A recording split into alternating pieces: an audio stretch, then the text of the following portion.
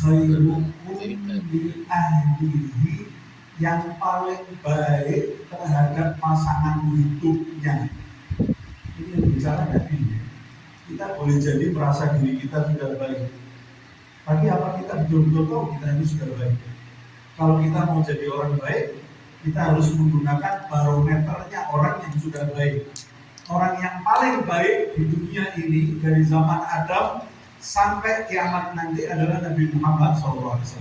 Bukan cuma orang, sebaik-baik makhluk Allah Subhanahu wa Ta'ala yang mengatakan yang paling baik di antara kalian adalah yang paling baik terhadap pasangannya, wa ana khairukum li ahli, dan aku adalah orang yang paling baik terhadap istri-istri. Itu kita berpikir, sudah pantas lah istrinya Nabi itu kan Sayyidah Aisyah, istri-istri yang lain, Zainab binti Ja'far, itu orang-orang yang mulia. Nabi juga mendapat ujian dari istri-istrinya. Di dalam Al-Quran juga disebutkan istri Nabi itu orang biasa, bukan orang yang maksum, tapi dia menjadi mulia karena nikah dengan Nabi Muhammad SAW. Nabi juga pernah didiamkan oleh istri-istrinya. Nabi itu pernah didiamkan oleh istrinya. Nabi pernah istrinya itu berkata dengan kata-kata yang menyakitkan kepada Nabi Muhammad SAW. Tapi dia adalah Muhammad SAW. Orang yang berakhlak kepada pasangan hidupnya, berakhlak kepada anak-anaknya. Nabi itu menghargai anak-anaknya, tidak menekan anak-anaknya. Nabi menghargai anak-anaknya. Dalam banyak riwayat dari Sayyidina Bilal dan dari beberapa sahabat yang lain, kalau Sayyidah Fatimah Zahra masuk ke rumah Nabi Muhammad SAW, Rasulullah itu mengenakan bajunya, mengenakan serbannya, berdiri menyambut putrinya. Putrinya ini berdiri Nabi, seakan-akan dia itu menyambut seorang raja. Kemudian setiap dekat putrinya dikecup keningnya oleh Rasulullah SAW. Nabi itu mencium kening anaknya, lembut terhadap anak-anaknya. Sayyidina Umar bin Khattab pernah disebutkan di dalam riwayat sedang tiduran rebahan, di atas perutnya ada anak-anak kecil yang sedang bermain. Tiba-tiba lewat seorang badui, kemudian dia kaget. Kamu adalah Khalifah Umar, dia yang terkenal tegas itu, dia yang kepemimpinanku sampai menguasai Persia dan menguasai Romawi, dia. Kok kamu tidur mainan sama anak kecil gitu? Kemudian membiarkan anak kecil itu ada di perutmu, kata badui itu.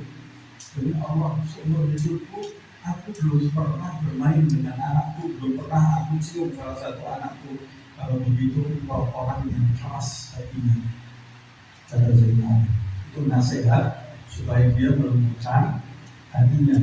Sayyidina Anas radhiyallahu anhu pernah masuk ke rumah Nabi Muhammad SAW, melihat Rasulullah SAW sedang pura-pura menjadi kuda atau unta tunggangan Nabi Muhammad ini.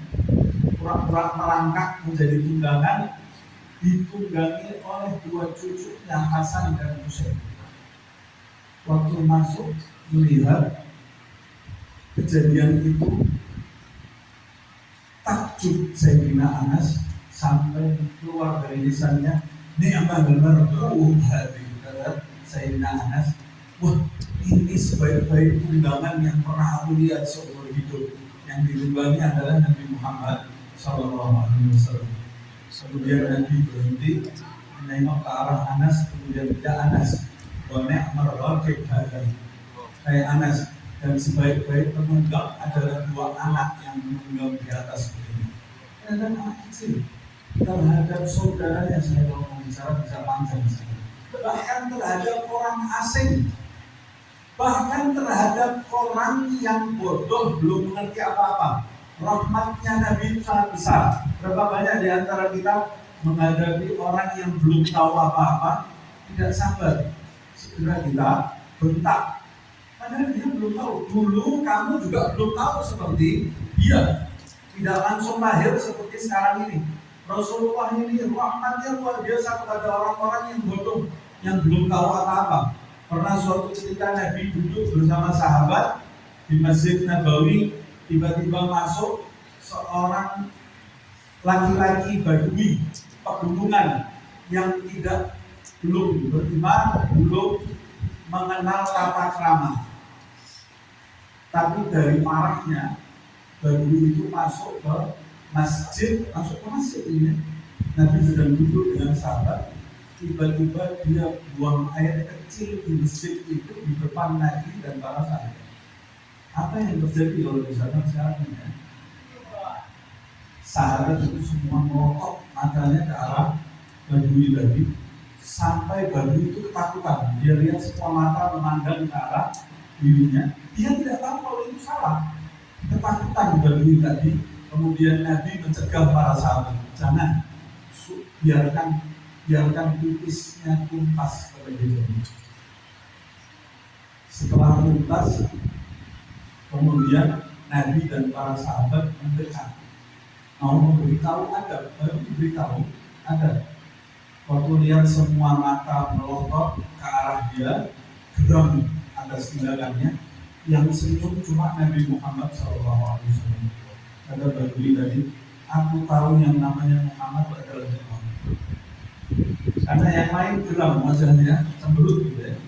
Kemudian Badui itu angkat tangan, Allahumma arhamna wa Muhammadan wa la tahrim min ghairina abadan wa la tarham min ghairina abadan. Ya Allah, rahmati aku dengan Muhammad saja, yang lain jangan kau rahmati. Karena dia marah, yang lain itu matanya melotot. Rasulullah itu satu-satunya ya senyum. Kata Rasulullah, kenapa kau kecilkan rahmat Allah yang begitu besar? Ini akhlak Rasulullah SAW terhadap orang kafir. Nabi itu orang kafir, anak Yahudi. Ada seorang anak Yahudi disebutkan dalam riwayat, dia belum masuk Islam, tapi oleh orang tuanya ditugaskan setiap hari ke rumah Nabi Muhammad, membersihkan rumah Nabi dan menata sandal di rumah Nabi. Belum masuk Islam, belum jadi sahabat, belum masuk Islam. Dia Yahudi kan dia, tapi cinta kepada Rasulullah SAW. Karena apa? Karena akhlaknya Nabi Muhammad SAW. Pada waktu dia sakit, Nabi menunggu berapa hari, anak itu tidak datang. Kemudian Nabi bertanya, mana anak Yahudi yang biasa datang ke rumah? Sedang sakit ya Rasulullah, sakit parah. Nabi menjenguknya, dijenguk oleh Nabi Muhammad SAW. Waktu datang Nabi bahagia dia. Nabi duduk di sebelah tempat tidur dia itu, duduk di situ. Kemudian Nabi mengajak dia masuk Islam, aslim. Karena cinta Nabi kepadanya, asli. Ayahnya duduk di sebelah kepala anak tadi. Anak tadi dia punya keinginan untuk bersyahadat, tapi takut dengan ayahnya. Waktu Nabi mengatakan asli, masuk Islam, matanya melirik ke arah wajah ayahnya yang duduk di sebelah kepalanya itu. Kemudian ayahnya mengatakan kepada dia, Atik Abul Qasim, kalau itu maunya Muhammad SAW, taatilah kemauan Muhammad SAW. Kemudian dia bersyahadat, asyhadu an la ilaha illallah wa annaka ya Muhammad Rasulullah. Setelah syahadat meninggal. Nabi kemudian keluar bahagia karena dia wafat dalam keadaan mukmin. Kata sahabat, Nabi keluar tersenyum seakan-akan wajahnya itu penggalan bulan purnama. Kepada orang yang menyakiti, bukan cuma kafir dia, menyakiti, sudah kafir menyakiti, melempar batu. Nabi setiap mau ke masjid dilempar batu kepalanya. Suatu ketika Nabi jalan, tidak ada yang melempar lagi. Kalau kita kan alhamdulillah, tapi kalau Nabi mengkhawatirkan, biasanya melempar saya, ini tidak melempar saya. Apa yang terjadi pada orang ini? Sampai di masjid dikasih tahu orang itu sedang sakit ya Rasulullah. Dijenguk oleh Nabi Muhammad SAW. Waktu Nabi masuk, orang itu ketakutan. Dia sangka Nabi mau balas dendam karena dia dalam kondisi sakit ini akan mudah Nabi membalas dendam. Kata Rasulullah, tidak usah takut. Saya datang ke sini untuk menjenguk kamu. Dia angkat tangan, asyhadu an la ilaha illallah wa annaka ya Muhammad Rasulullah. Kemana akhlak ini? Berapa kali kita hadir maulid Nabi? Berapa kali kita baca maulid Nabi? Mudah-mudahan Allah Subhanahu wa Ta'ala memudahkan kita meneladani Nabi Muhammad SAW.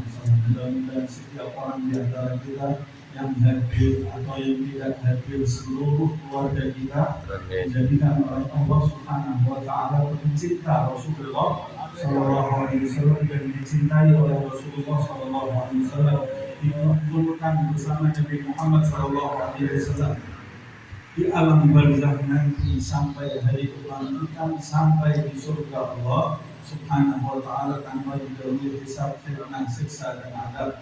Amin ya rabbal alamin. Wa afiqu saya terlalu panjang.